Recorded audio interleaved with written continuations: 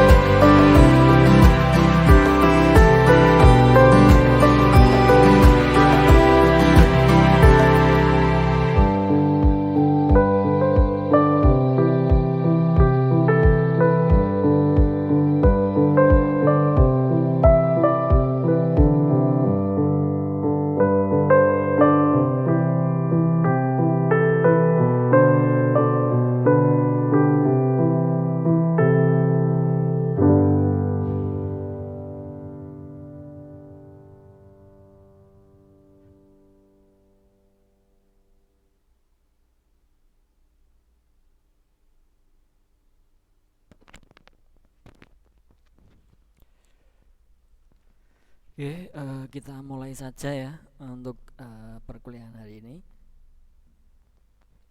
Sebelumnya saya ucapkan selamat datang di perkuliahan mata kuliah keamanan komputer ya, yang akan diampu saya sendiri, Nur Rahman ya.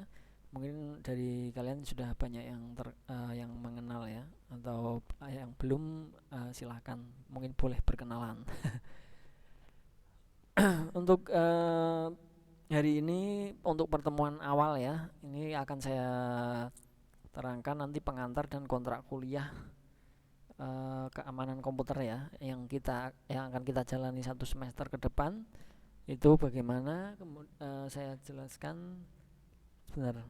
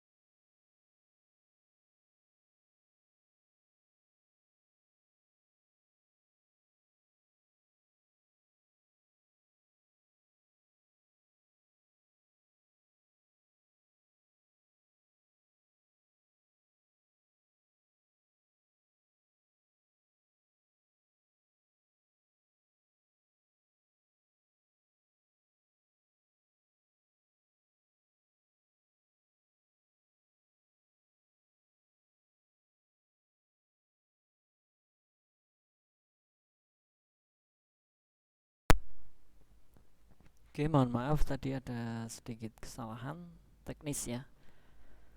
Untuk nanti yang akan saya jelaskan adalah kontrak kuliah kita, kemudian akan saya jelaskan juga pengantar ya.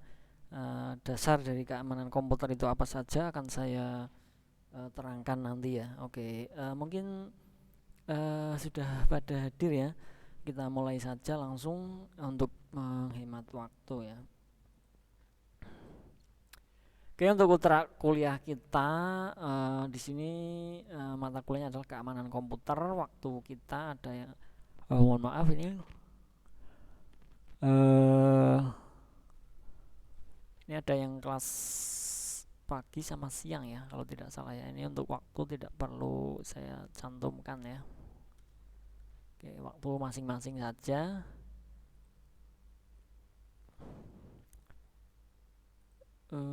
Oke, pengampu saya sendiri untuk email sini, tapi nanti untuk semuanya dari mata pengumpulan dan lain sebagainya itu nanti kita ada di forum kita ya, tidak by email. Kenapa? Karena email nanti takutnya ada yang tidak saya buka dan nanti repotnya kalau soal penilaian. Nah itu takutnya seperti itu. Oleh karenanya saya buatkan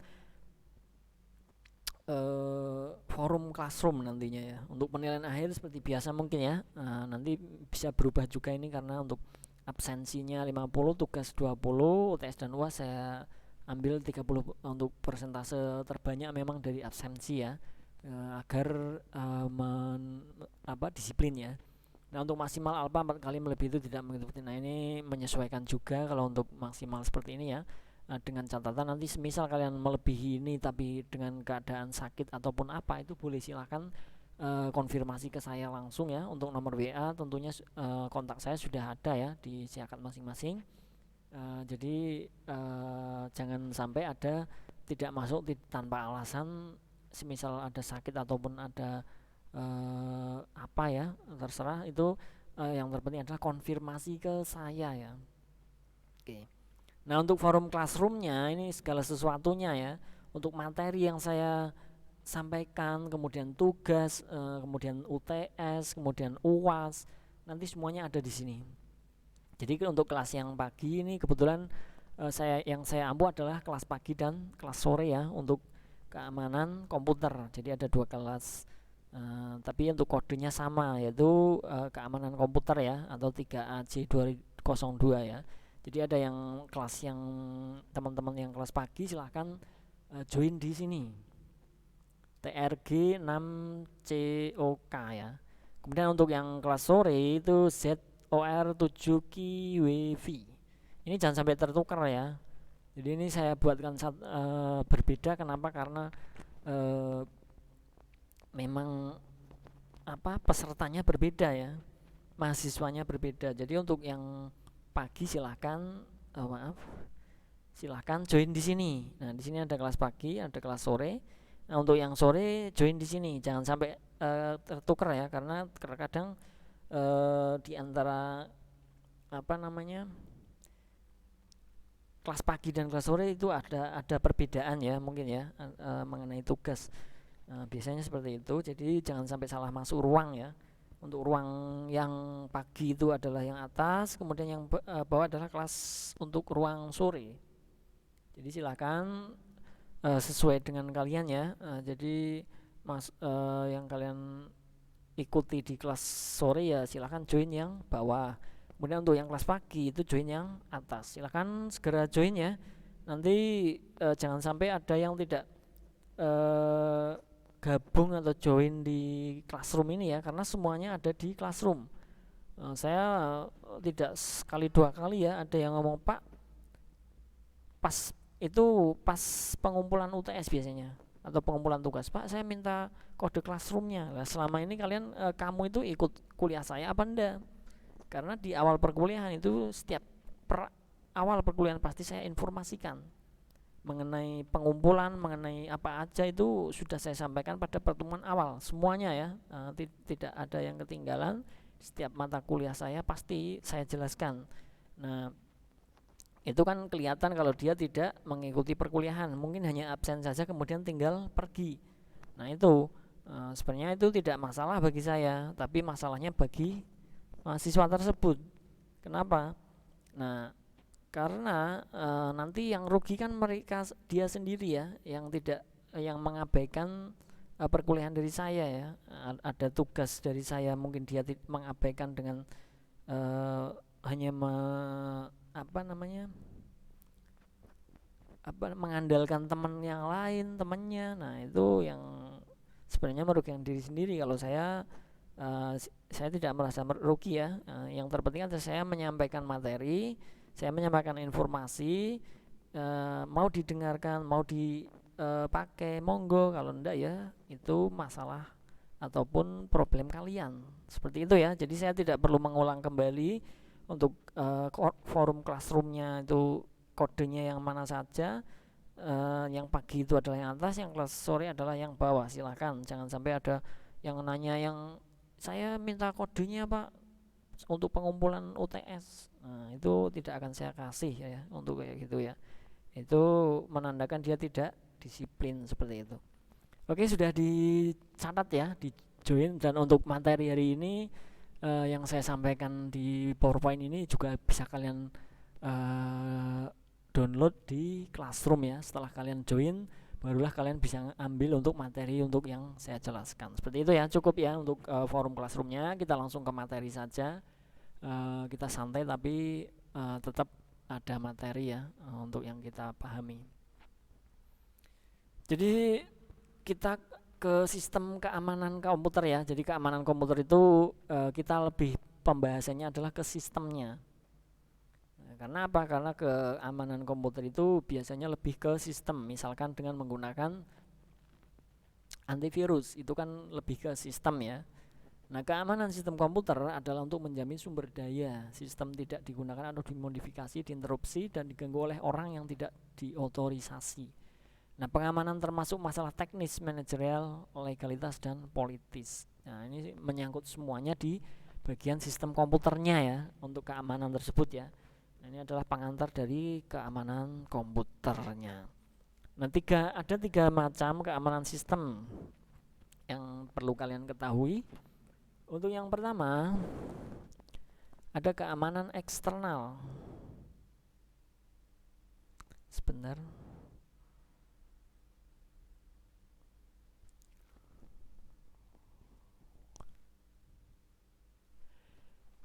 Atau external security ya, berkaitan dengan pengamanan fasilitas komputer dari penyusup dan bencana seperti kebakaran, kebanjiran. Nah, itu adalah keamanan bagian eksternal ya. Misalkan komputernya rusak, hilang, nah itu kan berkaitan dengan eksternal ya, tidak di dalamnya. Kerusakannya adalah kerusakan eksternal. Yang kedua ada keamanan interface pemakai atau user interface security. Nah, berkaitan dengan identifikasi pemakai sebelum pemakai diizinkan mengakses program dan data yang disimpan. Nah, ini biasanya pada saat misalnya ya, ini sebagai contoh saja, kalian bekerja di suatu instansi, kebetulan kalian sebagai administrator di bagian kantor tersebut. Nah, biasanya kan namanya kerja kan komputer tidak hanya dipegang hanya satu orang saja. Nah, ini keamanannya, interface pemakainya itu biasanya masing-masing. Si A dan si B itu berbeda untuk dengan password yang berbeda ya, misalkan dan hak aksesnya mungkin misalkan beda jabatan, itu juga akan berbeda untuk hak aksesnya. Jadi misalkan si administrator tersebut adalah sebagai admin pertama, itu adalah aksesnya yang diizinkan itu apa saja, kemudian yang kedua mungkin bagian keuangan itu aksesnya apa saja. Nah, itu berbeda ya. Nah, itu perlu digunakan keamanan interface ya tentunya ya. Yang ketiga ada keamanan internal security, berkaitan dengan pengamanan beragam kendali yang dibangun pada perangkat keras dan sistem operasi yang menjamin operasi yang handal dan tak terkorupsi untuk menjaga integritas program dan data. Jadi untuk internal ini paham ya, kendali yang dibangun pada perangkat kerasnya, sistem operasi yang menjamin operasi yang handal dan terkorupsi ya, untuk hardware dan sistem operasinya. Nah, dua masalah penting keamanan itu ada, yang pertama adalah kehilangan data atau data loss yang disebabkan karena bencana, contohnya kebakaran, banjir, gempa bumi. Nah, itu adalah kehilangan data ya. Kenapa? Karena barangnya mungkin rusak dan tidak bisa dipakai, itu tentunya data akan hilang kalau belum terbackup di komputasi misalkan di Google ya, atau Google Drive dan lain sebagainya. Nah, itu biasanya seperti itu. Kemudian yang tidak terbaca, kesalahan komunikasi, kesalahan program bugs ya. Kemudian ada kesalahan yang kelainan manusia, contohnya kesalahan pemasukan data, memasang tape atau disk yang salah, kehilangan disk atau tape. Nah, ini kehilangan datanya ada berbagai macam model ya. Nah, seperti itu bisa kalian pahami. Kemudian yang masalah keamanan yang kedua adalah penyusup atau intruder. Penyusup pasif yaitu yang membaca data yang tidak terautorisasi. Untuk yang aktif adalah mengubah data. Nah, ini yang takutnya adalah untuk yang penyusup aktif ini ya, karena data bisa diubah oleh mereka yang sebagai penyusup atau intruder tersebut. Nah, ini bisa mengacaukan data-data yang misalkan di suatu instansi itu, takutnya data keuangan ya, yang pertama itu akan sangat rancau kalau sudah disusup oleh penyusup tersebut dan diubah mungkin datanya ya. Nah, contoh penyadapan oleh orang dalam, usaha hacker dalam mencari uang, spionase militer, bisnis, lirikan, pengetikan password. Nah, ini untuk yang contoh dari penyadapan. Kemudian sasaran keamanan adalah menghindari, mencegah, dan mengatasi ancaman terhadap sistem. Nah, ini perlu kalian ketahui juga ya. Untuk penyusup ternyata seperti itu. Ada berbagai macam modelnya ya.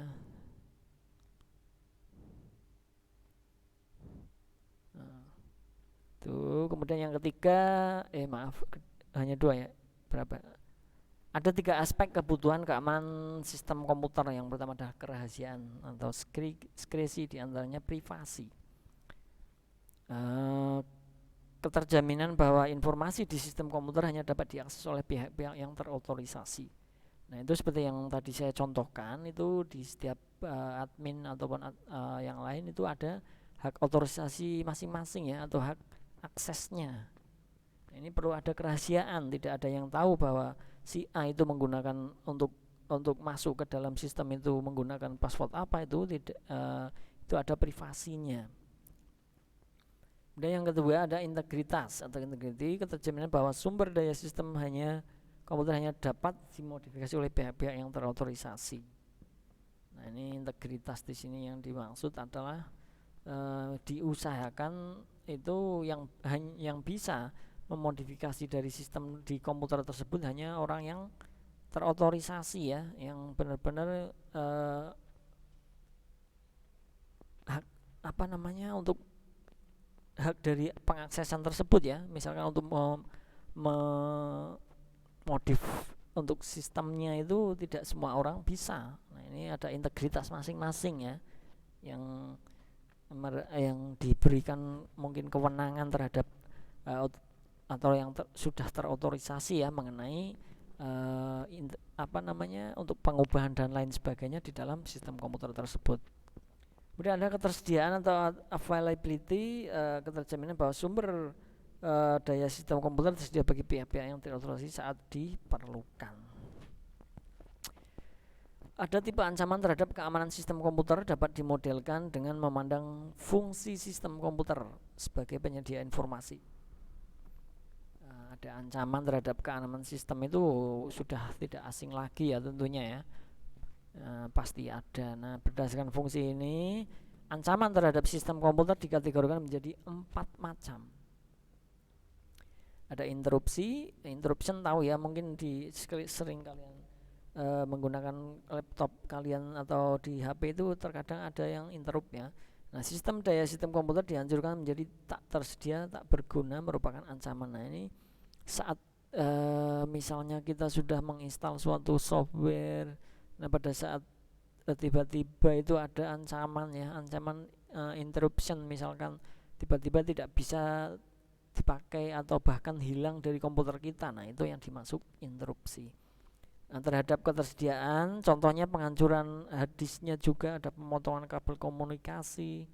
Nah itu ya, ujuk-ujuk tidak ada. Nah itu yang dimaksud interupsi itu untuk salah satu ancaman keamanan sistem komputer. Yang kedua ada intersepsi. Interception ya, pihak tak diotorisasi dapat mengakses sumber daya, merupakan ancaman terhadap kerahasiaan pihak tak diotorisasi. Dapat berupa orang, program komputer, atau contoh penyadapannya mengcopy file tanpa diotorisasi. Nah ini sebenarnya banyak juga ya, yang misalkan ada virus-virus ataupun hacker ya, bisa dikatakan seperti itu bisa mengakses dari mereka ya, dari komputer mereka. Ada misalkan mau membobol untuk kerahasiaan sandi dari hak aksesnya. Nah itu yang sangat mungkin berbahaya ya, penyadapan atau mengcopy file data tapi kita tidak sadar. Nah itu adalah yang dimaksud dengan intersepsi. Kemudian modifikasi, pihak tak diotorisasi tidak hanya mengakses tapi juga merusak sumber daya, merupakan ancaman terhadap integritas. Nah contohnya mengubah nilai file, mengubah program, memodifikasi pesan. Ini untuk pihak-pihak yang tidak berwenang tapi dia bisa mengakses. Nah itu takutnya dia akan seperti itu, mengubah nilai filenya, intinya merusak ya, ada mengubah program, memodifikasi pesannya. Itu juga salah satu dari ancaman sistem komputer. Yang keempat ada fabrikasi. Fabrikasi, pihak tak diotorisasi menyisipkan atau memasukkan objek-objek palsu ke sistem, merupakan ancaman terhadap integritas. Contohnya masukkan pesan palsu ke jaringan, menambah record file. Nah ini juga berbagai macam ya tentunya ya. Kalau di sistem itu memang teknologi itu semakin canggih tapi juga semakin berbahaya ya, karena bisa dirusak tanpa kita tahu. Nah, melalui dunia maya tentunya ya. Nah itu beberapa ancaman untuk sistem komputer.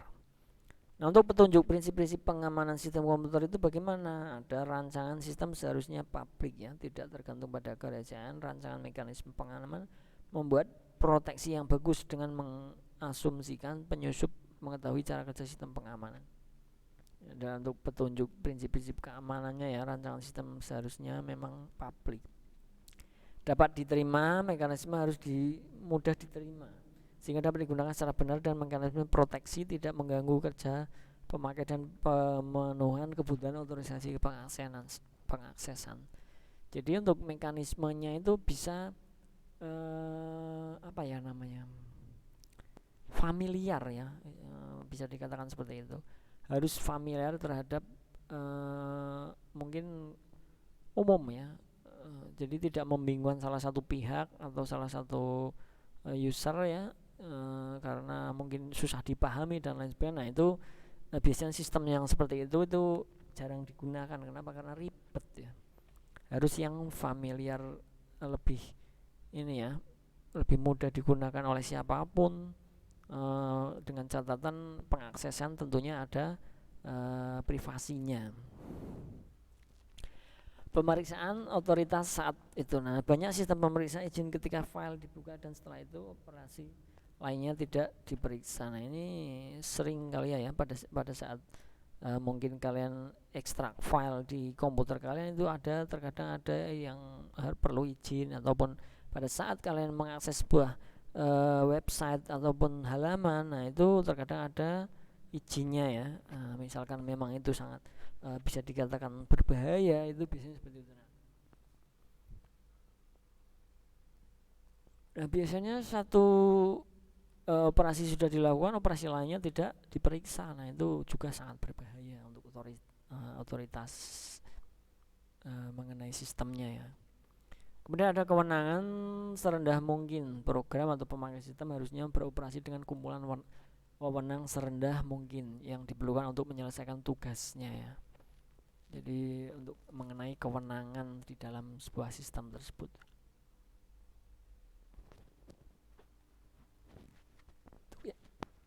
Untuk yang kelima ada mekanisme yang ekonomis.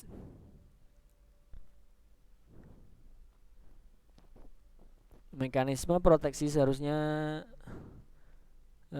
sekecil dan sederhana mungkin dan seragam sehingga mudah untuk verifikasi seperti tadi ya, untuk otorisasi. Autentikasi pemakai. User autentikasi adalah identifikasi pemakai ketika login. Ketika cara autentifikasi tersebut yang pertama adalah sesuatu yang diketahui pemakai, misalnya password, kombinasi kunci, nama kecil ibu mertua, dan lain-lain. Ini mengenai autentifikasi pemakai ya. Nah, untuk password, pemakai memilih suatu kode menginginkan dan mengetikkannya saat akan mengakses sistem komputer. Saat diketikkan tidak akan terlihat di layar kecuali misalnya tanda bintang ya. Tapi banyak kelemahan dan mudah ditembus karena pemakai cenderung memilih password yang mudah diingat. Nah, itu biasanya ya, yang perlu untuk semisal sebuah keamanan data itu jangan main-main dengan password ya. Misalkan hanya menggunakan 1 2 3 4 5 6, itu akan sangat mudah dibobol ya. Gunakan mungkin dengan huruf angka dan keanehan yang lainnya atau yang unik ya, misalnya nama kecil, panggilan, tanggal lahir, dan lain-lain. Nah, ini perlu mengenai autentikasi tadi ya.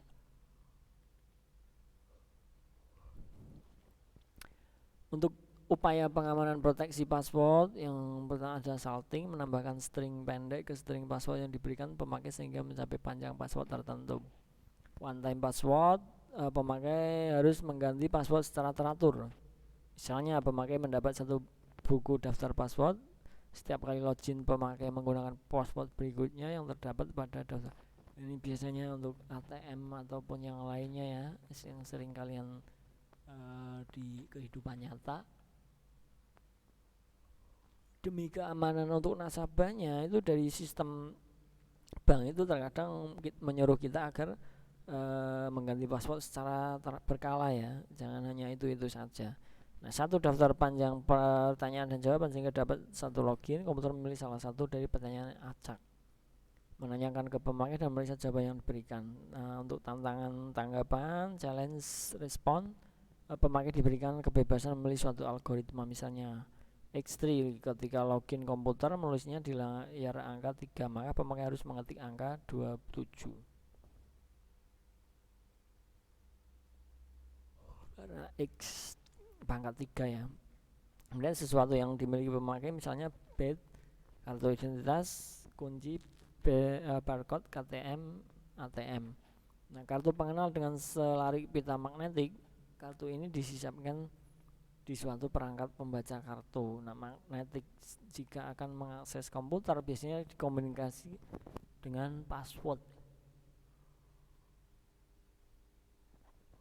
Untuk yang ketiga, sesuatu mengenai atau merupakan ciri pemakai yang disebut biometrik, misalnya sidik jari, sidik suara, foto, tanda tangan, dan lain. Pada tanda tangan bukan membandingkan bentuk tanda tangannya karena mudah itu, tapi gerakan, arah, dan tekanan pena saat menulis sulit ditiru. Nah, untuk memperkecil peluang penembusan keamanan, sistem komputer harus diberikan pembatasan, misalnya pembatasan login, misalnya pada terminal tertentu pada waktu dan hari tertentu. Pembatasan dengan callback, yaitu login dilakukan oleh siapapun. Bila telah sukses, sistem memutuskan koneksi dan memanggil telepon yang disepakati. Penyusup tidak dapat menghubungkan lewat sembarang saluran telepon, tapi hanya pada saluran telepon tertentu. Yang ketiga, pembatasan jumlah usaha login, misalnya dibatasi 3 kali dan segera dikunci dan diberitahukan ke administrator. Ini sering ya pada saat kalian login ke suatu sistem ataupun misalkan contoh yang sering kalian gunakan adalah ATM ya. Pada saat kalian 3 kali salah memasukkan untuk passwordnya, itu biasanya akan terblokir atau diberitahukan ke administrator bahwa ini ada hal yang mencurigakan dari sistem, seperti itu. Nah, objek yang perlu diproteksi, objek perangkat keras, misalnya pemroses, segmen memori, terminal, disk drive, printer, dan lain-lain. Nah, objek perangkat lunak, misalnya proses, file, basis data, smartboard, dan lain-lain.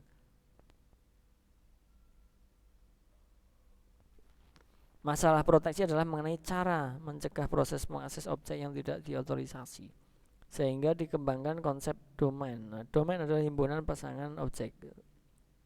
Tiap pasangan menspesifikasikan objek dan suatu subset operasi yang dapat dilakukan terhadapnya.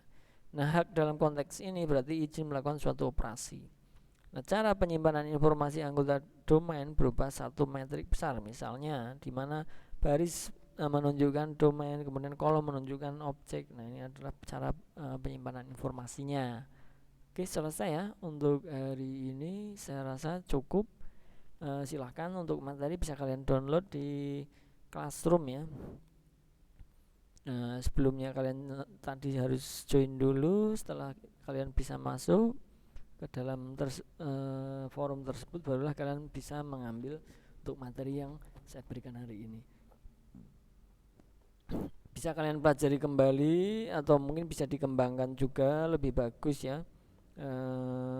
Banyak referensi-referensi terkait mengenai keamanan komputer ya, atau pengantar dari keamanan komputer tersebut bisa dikembangkan di banyak repository ataupun di kampus kita, di jurnal ataupun di Google itu banyak ya. Silakan dikembangkan sendiri. Saya hanya menyampaikan poin-poinnya saja. Kalau mau lebih paham lebih itu bisa kalian kembangkan masing-masing dari kalian ya. Ditambahkan mungkin dengan referensi yang lain dan lain sebagainya seperti itu. Oke, seperti itu ya yang bisa saya sampaikan untuk hari ini. Terima kasih untuk teman-teman semua yang sudah di dalam perkuliahan ini. Semoga apa yang saya sampaikan bisa dimengerti ya, bisa menambah wawasan untuk kita semua. Jangan lupa untuk join di Classroom. Terima kasih. Saya akhiri. Wassalamualaikum warahmatullahi wabarakatuh. Salam sejahtera untuk kita semua. Selamat beraktivitas. Selamat mencoba mencari tambahannya ya. Terima kasih.